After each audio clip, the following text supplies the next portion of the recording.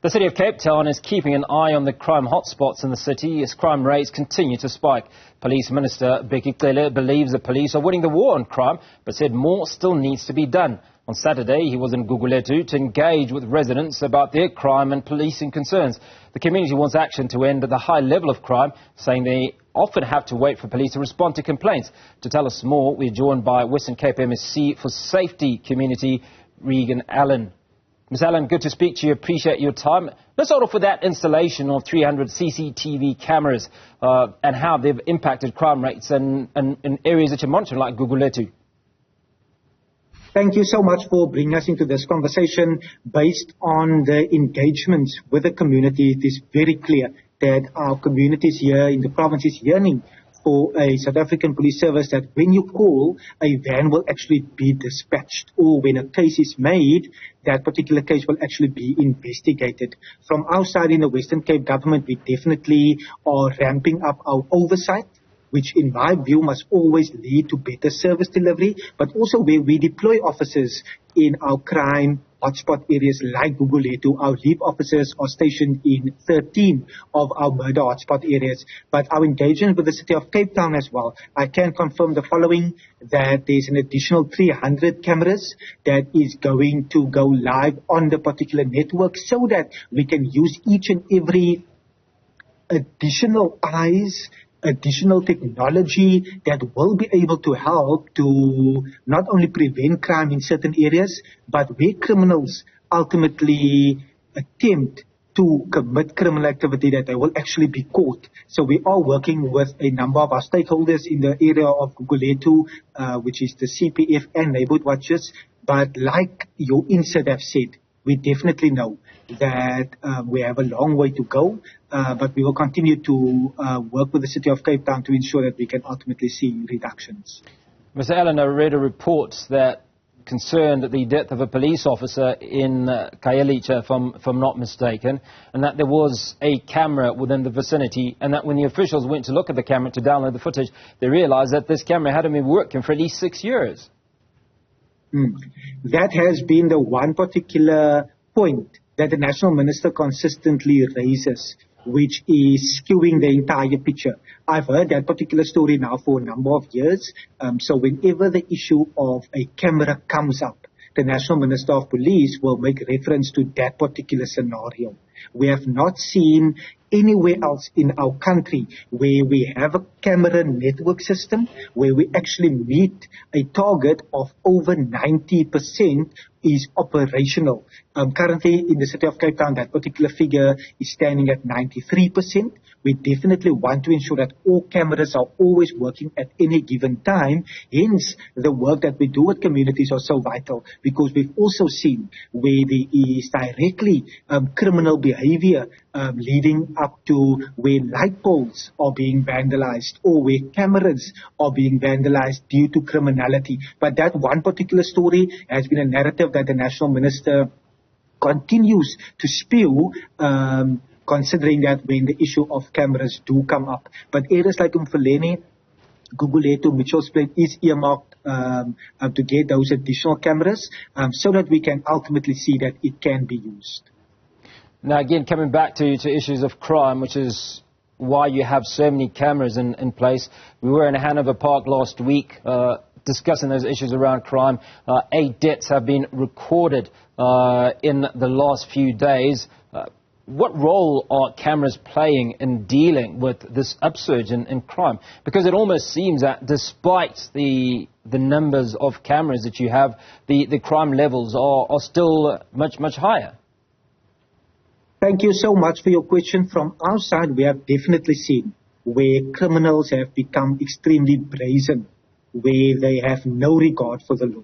What we saw in the Khayelitsha and Harare area, where there was 3 incidences that ultimately led to 8 persons being murdered.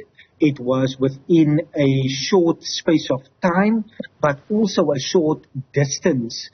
Currently, the investigation is leading to a number of suspects that is being tracked, because the motive appears to be gang-related, and the incidences can even be linked together. So we are definitely wanting to see that those perpetrators are behind bars where they ultimately belong.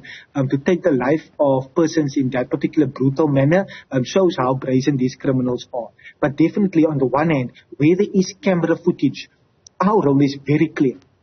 Is that once the investigation is ongoing and the camera footage is made available between the South African Police Service and between our National Prosecuting Authority, that particular evidence must form part of the docket that will ultimately be submitted to our court. We definitely want to see that further technologies are used to ensure that perpetrators are actually boxed in. We wouldn't want to have any scenario whereby any particular person can just get away with murder, get away with taking someone's life. So in those instances, all information is handed over to the South African Police Service, which is ultimately responsible for detective services, which is a national mandate, a national competency. And then we would definitely cooperate with any national department in that regard.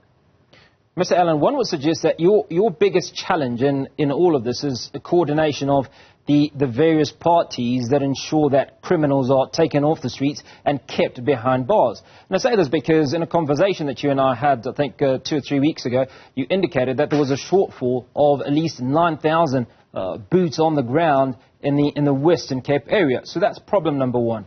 Number two, there were concerns that were raised by many residents who said that they indicate or point out criminals who are taken to the courts, and a few days later they are seen strolling the streets. So there's a conversation there that needs to be had with the NPA. How are you coordinating these various facets to ensure that those cameras, the 300 of them, when the criminals are identified, they are taken to court and obviously eventually kept behind bars?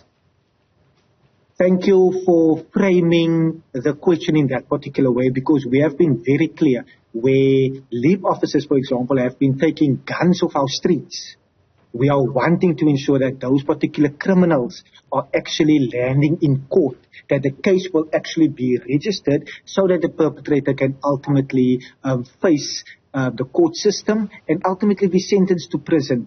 My role is twofold. On the one hand, I definitely know that there's a constitutional framework, but there's also a clear mandate that Alan Winde, the Premier of the Western Cape, gave me. He was very clear 760 days ago when he appointed me that we are needing to ensure that we can collaborate, that we can work with stakeholders, but also bring each and every entity into the room. I've made it my mission, Hugo, to ensure that I facilitate those discussions, and it not only includes the NPA, it even includes correctional services, because we've often seen where parolees are released into a particular area over a particular weekend or a particular following days, we would actually see rampant levels of crime increasing in those particular areas, especially when the parolee has a direct link to a gang or to gangsterism in that particular area. But for me, it is about better coordination. It is about making sure that we ultimately can group resources together. I'm also at pains, actually, between myself, the South African Police Service, and the City of Cape Town. We had an engagement 2 weeks ago with regards to areas like Mannenberg, areas like the Vlei, areas like Heideveld, but also the Hillview area. When I followed up with the City of Cape Town, the City of Cape Town actually informed me that the South African Police Service is still not reverting back to the city in that regard. So I do find it deeply upsetting when I'm needing to consistently bone and agitate and get everyone in the room, but as soon as we ultimately leave the room, there would be a delay. And I wouldn't want to ever throw any particular entity under the bus. We are, in certain instances, working well with the South African Police Service, but we definitely want to see that control and command is actually in the provincial hands and not at a national level, because when you have limited resources, when you have deployments that is limited, the coordination and the joining and the integration is so vital.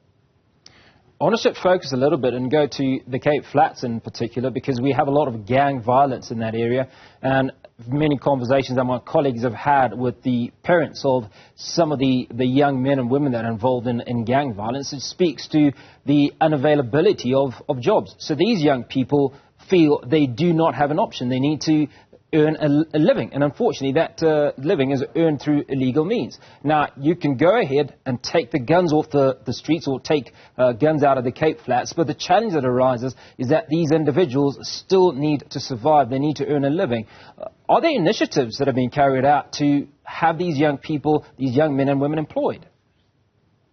Thank you so much for this question, because Premier Allen Windey often says a job is the best way to stop a bullet. Because we have seen here in the Western Cape, and the data that was released last week confirmed that here in the Western Cape, almost 79% of all jobs that were created in our country is actually created here in the Western Cape. So we definitely see this particular level of unemployment and of joblessness is across our entire country.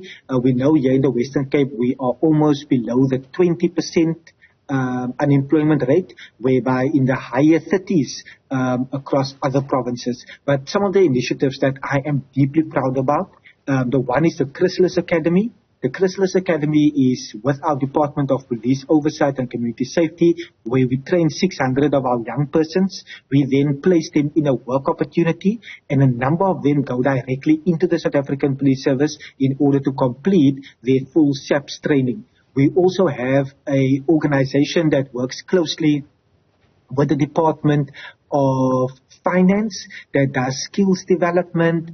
We have the Yebuneers program that we are also proud of, but we definitely know that in the space of youth unemployment, making sure that our young people are actually in school for longer so that they are able to have a better prospect at life, but we are definitely seeing the strides we are making here.